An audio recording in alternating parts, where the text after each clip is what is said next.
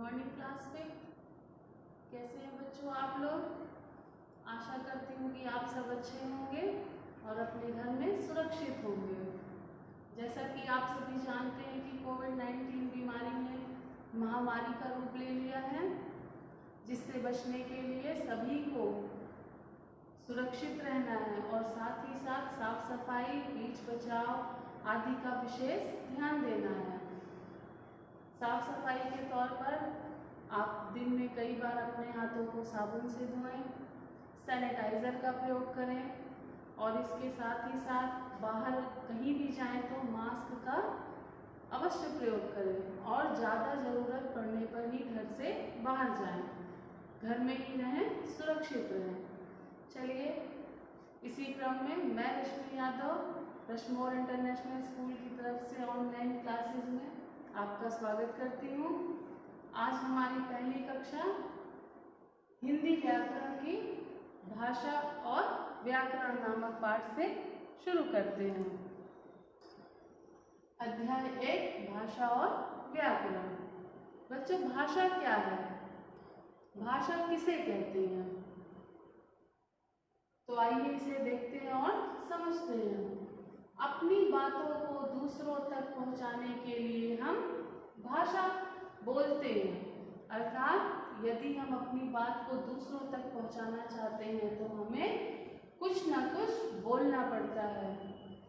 इसके साथ ही दूसरों की बात समझने के लिए हम उनकी बातों को भाषा में सुनते हैं और अपनी बात को सुरक्षित रखने के लिए हम भाषा में अपनी बात लिखते हैं। अर्थात हम अपने विचारों को, अपनी बात को दूसरों तक पहुंचाते हैं, वह भाषा कहलाती है। और दूसरों की बातों को समझते हैं, उनके विचारों को ग्रहण करते हैं, वह भी भाषा कहलाती है। आइए भाषा की परिभाषा देखते हैं। विचारों के विनिमय, अर्थात विनिमय क्या है? विनिमय अर्थात आदान प्रदान, जो हम दूसरों को देते हैं और दूसरों से लेते हैं। अर्थात विचारों के विनिमय के लिए हम शब्द के जिस माध्यम का प्रयोग करते हैं उसे भाषा कहते हैं। अर्थात हम अपने विचारों को दूसरों तक पहुंचाने के लिए और दूसरों के विचारों को ग्रहण करने के लिए जिस माध्यम का प्रयोग करते हैं वह भाषा कहलाती है। भाषा विनिमय का साधन भी है। भाषा के भेद। भाषा के दो भेद होते हैं, मौखिक भाषा और लिखित भाषा। मौखिक भाषा क्या है? मुख से बोली जाने वाली भाषा को मौखिक भाषा कहते हैं। अर्थात जब हम अपनी बात को मुख से बोलकर दूसरों तक पहुंचाते हैं, वह भाषा का मौखिक रूप कहलाता है।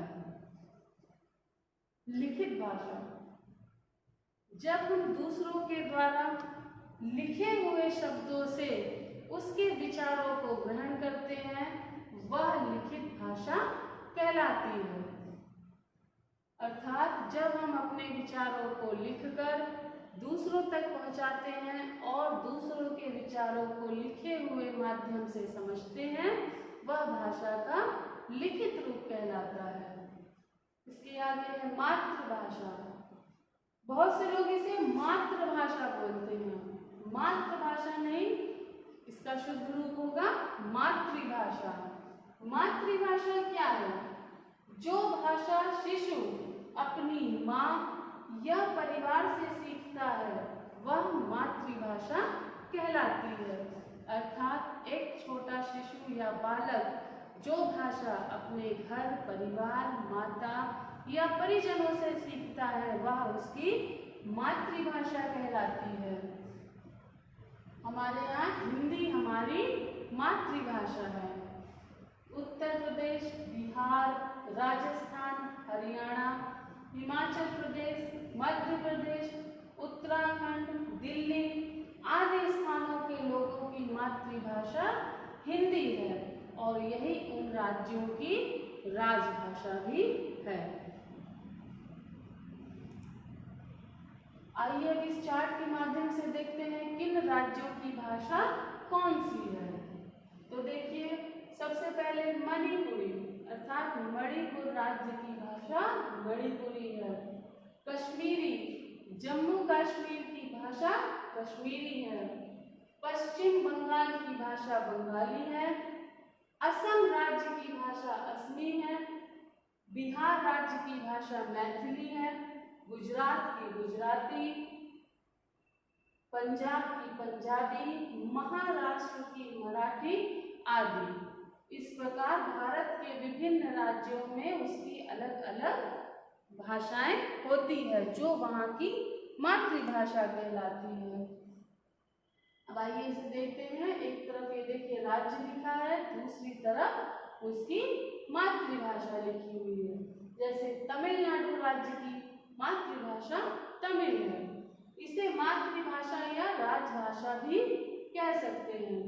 केरल की मलयालम, कर्नाटक की कन्नड़, जम्मू कश्मीर की कश्मीरी, उड़ीसा की उड़िया, पश्चिम बंगाल की बंगला और असम राज्य की भाषा असमी है। देखिए राजभाषा, हिंदी भारत की राजभाषा है अर्थात हिंदी भाषा का प्रयोग अधिक लोगों के द्वारा किया जाता है और अधिक राज्यों में इसका प्रयोग होता है। राष्ट्र के विभिन्न राज्यों से संपर्क और प्रशासकीय कार्यों के लिए जिस भाषा का प्रयोग किया जाता है उसे राजभाषा कहते हैं। अर्थात भारतवर्ष के साथ अनेक देशों के साथ संपर्क या भारत में ही अनेक राज्यों का एक दूसरे से संपर्क और प्रशासकीय कार्यों के लिए ही हिंदी भाषा का प्रयोग किया जाता है। इस कारण हिंदी हमारी राजभाषा है। लिपि, लिपि किसे कहते हैं? भाषा को लिखने के लिए जिन चिन्हों का प्रयोग किया जाता है उसे लिपि कहते हैं। अर्थात लिखित भाषा में जिन चिन्हों का प्रयोग होता है वह लिपि कहलाती है। विभिन्न भाषाओं के लिए अलग अलग लिपियों का प्रयोग किया जाता है। प्रत्येक भाषा की अलग अलग उसकी अपनी स्वतंत्र लिपि होती है, किंतु 3 ऐसी भाषाएं हैं जिसकी एक ही लिपि देवनागरी है। संस्कृत, हिंदी और नेपाली। हिंदी, संस्कृत और नेपाली ये 3 भाषाएं ऐसी हैं जिसकी एक ही लिपि है और वह है देवनागरी लिपि। और अंग्रेजी भाषा की लिपि रोमन होती है। अंग्रेजी भाषा की लिपि रोमन होती है। इसके बाद आते हैं हम व्याकरण पर। व्याकरण क्या है या व्याकरण से आप क्या समझते हैं? व्याकरण भाषा को शुद्ध रूप से लिखना, पढ़ना, बोलना और समझना सिखाता है। अर्थात व्याकरण ही वह माध्यम है जिसके द्वारा भाषा शुद्ध, सरल, परिमार्जित और सुदृढ़ होती है। भाषा में जितनी भी गलतियां होती हैं लिखित रूप में उसे हम व्याकरण के द्वारा ही दूर कर सकते हैं। व्याकरण के नियमों से ही हमें भाषा में अशुद्धियों का ज्ञान होता है। अर्थात व्याकरण के नियम ही हमें भाषा की अशुद्धियों का ज्ञान कराते हैं। चलिए अब हम लोग व्याकरण की ओर चलते हैं। व्याकरण क्या है या व्याकरण किसे कहते हैं? तो व्याकरण के द्वारा हम भाषा का शुद्ध प्रयोग करना सीखते हैं। अर्थात व्याकरण वह शास्त्र है जो भाषा की कमियों को, अशुद्धियों को और उसकी गलतियों को दूर करता है। अर्थात व्याकरण के द्वारा ही भाषा शुद्ध, सरल एवं परिमार्जित होती है। हर भाषा के अपने अपने नियम और अपनी व्यवस्था होती है और व्याकरण के नियम ही हमें अशुद्धियों का ज्ञान कराते हैं। अर्थात व्याकरण के नियमों से ही उन अशुद्धियों को, उन गलतियों को दूर किया जाता है। इसे परिभाषा के रूप में इस प्रकार परिभाषित कर सकते हैं। सुंदर और शुद्ध भाषा बोलने के तथा लिखने के लिए बनाए गए नियमों को व्याकरण कहते हैं। इसके बाद है व्याकरण के अंग। व्याकरण के मुख्य रूप से 3 अंग होते हैं: वर्ण विचार, शब्द विचार और वाक्य विचार। वर्ण विचार के अंतर्गत वर्णों की अशुद्धियों को दूर किया जाता है। शब्द विचार के अंतर्गत शब्दों की अशुद्धियों को दूर किया जाता है और अंत में वाक्य विचार के अंतर्गत वाक्य में हुई गलतियों को दूर किया जाता है, उसे शुद्ध किया जाता है। तो आज हमारी ऑनलाइन क्लास में पहली क्लास भाषा और व्याकरण पूरी हुई और आशा करती हूँ कि आपको ये टॉपिक समझ में आया होगा।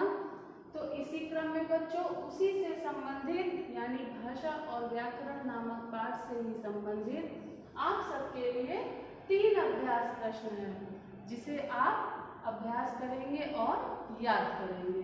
पहला प्रश्न है, भाषा किसे कहते हैं? भारत में बोली जाने वाली किन्हीं 5 भाषाओं के नाम लिखिए। तीसरा है, व्याकरण किसे कहते हैं? जो दूसरा प्रश्न है, भारत में बोली जाने वाली किन्हीं 5 भाषाओं के नाम लिखिए।